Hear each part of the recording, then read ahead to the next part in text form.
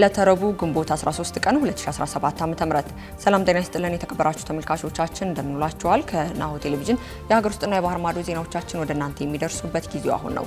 ከዜናዎቹ ጋር ዳና ታደሰ አብራችሁ ቆይታ አደርጋለሁ። አብራችሁን ሁኑ።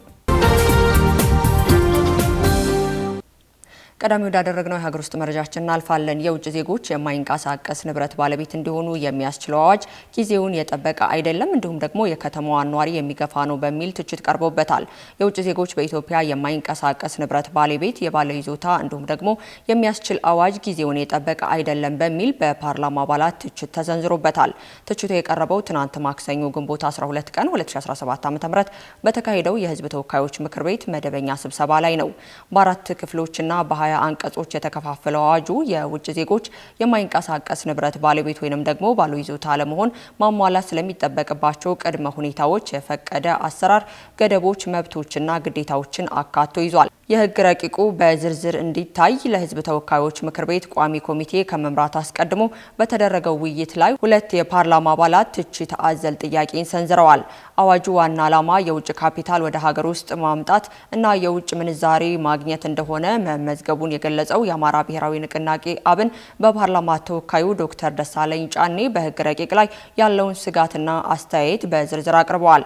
የፓርላማ አባሉ ለስጋታቸው እንደ ምክንያትነት ካስቀመጡት ጉዳዮች አንዱ የሀገሪቱ የነፍስ ወከፍ ገቢና የደሞዝ በዓለም አቀፍ ደረጃ ካሉ ሲነጻጸር ያለውን ልዩነትም አንስተዋል። በሌላ በኩል ረቂቅ አዋጁ በሀገሪቱ የሚደረገውን የኢንቨስትመንት አማራጮችን ለማስፋት እንደሚጠቅምና ወቅቱን የሚመጥን ረቂቅ አዋጅ መሆኑን የገለጸም የምክር ቤት አባላት አልታጣም።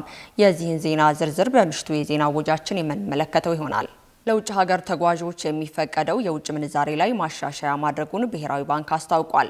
ለውጭ ሀገር ተጓዦች የሚፈቀደው የውጭ ምንዛሬ ጥሬ ገንዘብ መጠን ከፍ መደረጉን የኢትዮጵያ ብሔራዊ ባንክ አስታውቋል። በዚህም መሰረት ለግለሰብ ተጓዥ የሚፈቀደው የውጭ ምንዛሬ ወደ 10,000 የአሜሪካ ዶላር፣ ለንግድ ስራ መንገደኞች ደግሞ ወደ 15,000 የአሜሪካ ዶላር ከፍ መደረጉን ብሔራዊ ባንክ ገልጿል።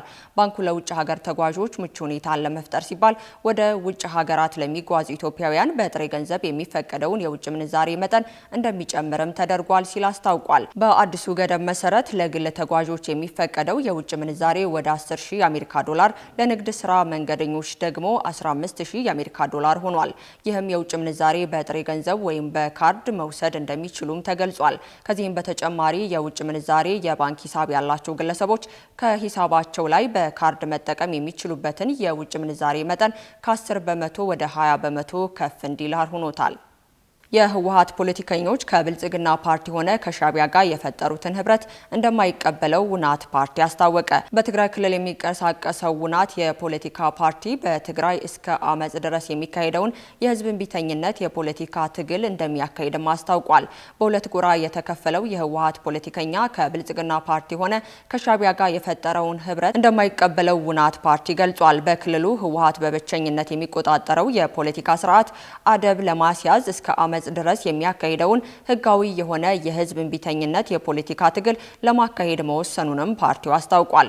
ውናት ይህንን ያሳወቀው የፓርቲው ምክር ቤት አባላት ቅዳሜ ግንቦት 9 ቀን 2017 ዓ.ም ያካሄዱትን የፓርቲውን ምክር ቤት መደበኛ ጉባኤ በማስመልከት ማክሰኞ ዕለት በመቀለ ከተማ በሚገኘው ጽህፈት ቤቱ በሰጠው መግለጫ ላይ ነው።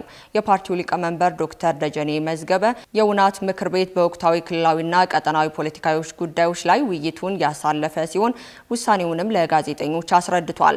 በፖለቲካ ምክር ቤቱ ጉባኤ ላይ በዋናነት የተነሱ ጉዳይ ሁለት ጎራ የተከፈለው የህወሓት አመራሮች ከሌሎች አካላት ጋር እያደረገው ያለውን ግንኙነት የተመለከተ እንደሆነ ዶክተር ደጀኔ ተናግረዋል። ሁለቱ የህወሓት ጎራ ከኤርትራ ህደግና ከብልጽግና ፓርቲ ጋር የፈጠሩትን ወዳጅነት በትግራይ ላይ ለሚያስከትሉት የሚያስችለውን አንድምታ ጉባኤው እንደተወያየበትም ገልጸዋል። ህወሓት በውስጡ ባጋጠመው መከፋፈል ምክንያት ገሚሱ ከብልጽግና ጋር ገሚሱ ደግሞ ከሻዕቢያ ፓርቲ ህብረት እናደርጋለን እያሉ ወዳልተፈለገ ሌላ ዙር ጦርነት ልንገባ የምንችልበት ሁኔታ በስፋት እየታየ ነውም ብለዋል። የውናት ፖለቲካ ፓርቲ ትግራይ በላይነትን ተቆጣጥሯል በሚል የገለጸው ህወሓት ከግንቦት 6 ቀን 2017 ዓ.ም ጀምሮ በብሔራዊ ምርጫ ቦርድም መሰረዙም የሚታወስ ነው። ከውጭ ወዳገኘናቸው መረጃዎቻችን እናልፋለን። የተባበሩት መንግስታት ድርጅት በሱዳን የሲቪል መሰረተ ልማት ላይ የሚደርሱ የድሮን ጥቃቶች እንዲቆሙ ጠየቀ። የሱዳን ውስጥ በወሳኝ የሲቪል መሰረተ ልማቶች ላይ የተጠናከሩ የሰው አልባ አውሮፕላኖች ጥቃቶች በንጹሃን ሰዎች ላይ ሕይወት አደጋ ላይ የጣለ ነው፣ ሰብአዊ ቀውስን እያባባሰና መሰረታዊ የሰብአዊ መብት እየገፋ መሆኑን የተባበሩት መንግስታት ድርጅት አስታውቋል። የተመድ የሰብአዊ መብት ኤክስፐርት ሰኞ ዕለት ባወጣው ማስጠንቀቂያ እንደዚህ አይነት እርምጃዎች በአስቸኳይ እንዲቆሙም ጠይቋል። ለተባበሩት መንግስታት ድርጅት የጸጥታው ምክር ቤት የተሰየሙት ኤክስፐርት በሰጡት አስተያየት የሰብአዊ መብት ከፍተኛ ኮሚሽን የተራቀቀ የረጅም ርቀት ድሮኖችን ቴክኖሎጂዎችን በግጭት ውስጥ መባባስ እንዲያመጡ ይህም ደግሞ ጦርነቱን ወደ አዲስ ደረጃ በማሳደግ በሲቪሊያኖች ላይ ተጨማሪ ሰቆቃን አስከትሏልም ብለዋል። ኤክስፐርቱ ማስጠንቀቂያው ከግንቦት 4 ጀምሮ በቀይ ባህር ዋና ከተማ ፖርት ሱዳን ውስጥ ወሳኝ የሆኑ የሲቪል መሰረተ ልማቶች ላይ ያነጣጠረ የሰው አልባ አውሮፕላኖችን መከፈልና ከነዚህም በፊት ታይቶ የማይታወቅ የጦርነት መባባስ መከሰቱንም ተከትሎ ነው። ከተማዋ በሚያዝያ ወር ግጭት ከተቀሰቀሰበት ጊዜ ጀምሮ ለሰብአዊ ተግባር ወሳኝ የህይወት መስመርና በአንጻራዊነት ለተፈናቀሉት መሸሸጊያ ሆና አገልግላለች። የፈጥኖ ድጋፍ ሰጪ ኃይሉ RSF የፈጸመው ናቸው የተባሉ ጥቃቶች የሲቪል ህይወትን የመብትና የመሰረታዊ አገልግሎት ተጠቃሚዎችን አደጋ ላይ ጥሏል ሲል ኒውርሰር ተናግሯል። ኢላማ የተደረጉ የመሰረተ ልማት ደግሞ የከተማዋና የኤሌክትሪክ ማከፋፈያ ጣቢያ፣ የነዳጅና የጋዝ ማከማቻ ተቋማትና ለሰብአዊ እርዳታና ለሲቪል እንቅስቃሴ ቁልፍ መዳረሻ የሆኑ ዓለም አቀፍ አውሮፕላን ማረፊያዎች ይገኙበታል። በመጨረሻም የእስራኤል ጦር በጋዛ የሰብአዊ እርዳታ የሚያመቻችበትን ስራ እንደሚቀጥልም አስታውቋል። የእስራኤል ባለስልጣን 93 የተባበሩት መንግስታት ድርጅት የእርዳታ መኪናዎች ትናንት ወደ ጋዛ ሰርጥ መግባታቸውን ቢቢሲ ዘግቧል። ሆኖም የተባበሩት መንግስታት ድርጅት እቃዎቹን ለመሰብሰብ ቡድኑ ከእስራኤል ፍቃድ እየጠየቀ እንደሚቆይም ገልጸዋል። የእስራኤል ወታደራዊ መንግስት እንቅስቃሴዎች አስተባባሪ በግዛቷ ኮርካት እርዳታ ለዳቦ መጋገሪያ፣ ለህፃናት ምግብ፣ ለህክምና መሳሪያዎችና ለፋርማሲ እቃዎች የሚውሉና ዶቄቶችን ያጠቃልላል ተብሏል። እርዳታው የተዘዋወረው በከረም ሻሎን ማቋረጫ በኩል ከጥልቅ የጸጥታ ቁጥጥር በኋላ መሆኑን ቢቢሲ አክሏል። የእስራኤል ጦር ማህበራዊ ድረገጽ ላይ ባስተላለፈው መልእክት በጋዛ ሰርጥ እርዳታ ለሐማስ አሸባሪ ድርጅት እጅ እንዳይሰጥ የተቻለውን ሁሉ ጥረት በማድረግ ሰብአዊ እርዳታን ማመቻቸቱን ይቀጥላልም ብሏል። የእስራኤል የጦር ኃይል አዛዥ በጋዛ ላሉ ሰዎች በማህበራዊ ሚዲያ ባሳለፉት ሌላኛው መልእክት ምግብ፣ መጠለያና ገንዘብ የነጠቅናችሁ እኛ አይደለንም ብለዋል። አዛዡ አክለውም ጦርነቱን የጀመረው ሐማስ ነው፣ ለሲቪል ሰዎች አስቸጋሪ ሁኔታ ውስጥ መግባት ተጠያቂው ቡድኑ ነው ሲሉም ገልጸዋል።